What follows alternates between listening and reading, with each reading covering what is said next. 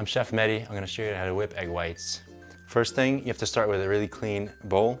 And a trick to do that is using a little bit of lemon juice and wiping out with a paper towel. And the reason we do this is fat, any trace amounts of fat in the bowl will inhibit the egg whites from whipping up, becoming nice and airy. Another key to good egg whites is having them at room temperature. So to do that quickly is just let it soak in warm water for a few minutes before you crack it. And then you're just gonna crack the eggs right into the bowl. Put the shells in another.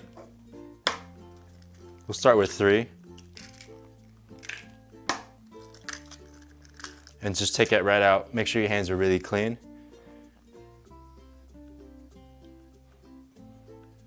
And there you have the egg whites. I like using my hands because it's a little bit more gentle than the egg shells. Sometimes it actually punctures the egg yolks, and then having that small amount of fat doesn't let the egg whites whip.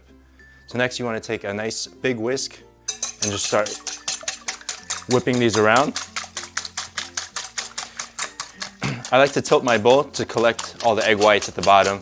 That way I have a good amount of egg whites touching the whisk.